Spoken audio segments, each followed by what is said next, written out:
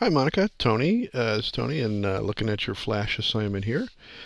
Okay, so we've got you shot a nice bunch of pictures here. Okay, so this first shot, not flash not being used. On this one, it looks like the flash was used. Now sometimes it doesn't, the information doesn't show up here, but so we'll see what we got here. Okay, I'm just going to run through these real quick here. Now, see how the ball is like pretty far away there? And then your camera might be on automatic, in terms of the flash, and so it might not be dark enough to actually for the camera to pick up the flash. Okay, now in this case right here, you can see it says that the flash fired. Okay, the other ones doesn't look like the flash was firing.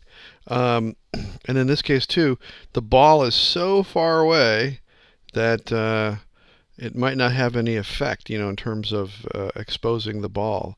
Same thing, well, in this case right here, looks like you need to pre-focus a little bit to get your subject in focus there. This is better. And you're kind of far away from your subjects. This one is definitely just fine. You can see it's a little bit darker outside there. You can see the flash goes off and fills in the details on his face and also on his clothes.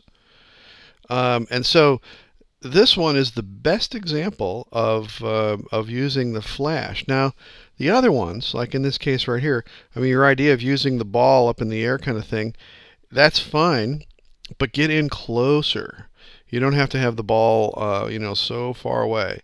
You can, stop the action and be a little bit closer, and make sure that you go into your camera, because it looks like maybe it was bright enough outside that if you have your camera with the flash on the auto setting, it looks like maybe the camera didn't fire the flash. Sometimes that can be deceiving as I'm looking at the photo detail information over here, but you can also see, oh, now I'm thinking about this here.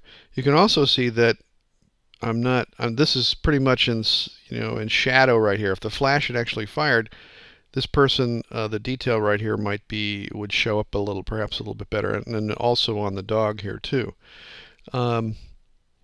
This time, when you're using your flash, you've got to be up close, especially when you're outside.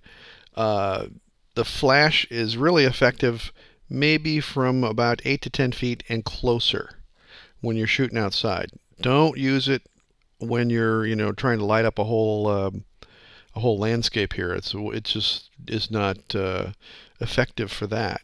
Now in these cases right here, if you get something where it's not the focus is not good, just don't include these in the assignment here. Now this one's perfect. This also shows you kind of a nice mix of you've got the fill flash, and then also a nice mix of being able to see your subject and maybe the backgrounds, maybe a nice balance between the flash and the ambient light that's out there.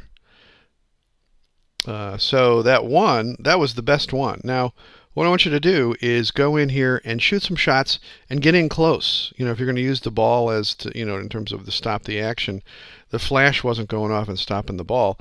You definitely need to get in closer. Don't be throwing it, so far away. But otherwise, shoot a couple more shots here. Try to stop the action, and then there's that one where, and shoot some shots at night. When you're shooting during the daytime like this, it's hard to mix to do that one part of the assignment where you're mixing the exposure with the slow sync. Now you may have to see if you can find that on your camera, but you're mixing the exposure with the slow synchronization and moving the camera during that exposure to kind of get the effect of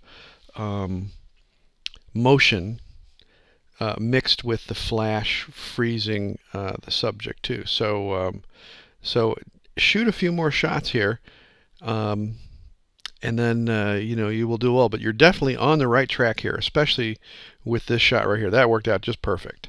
So get a few more, and thanks very much.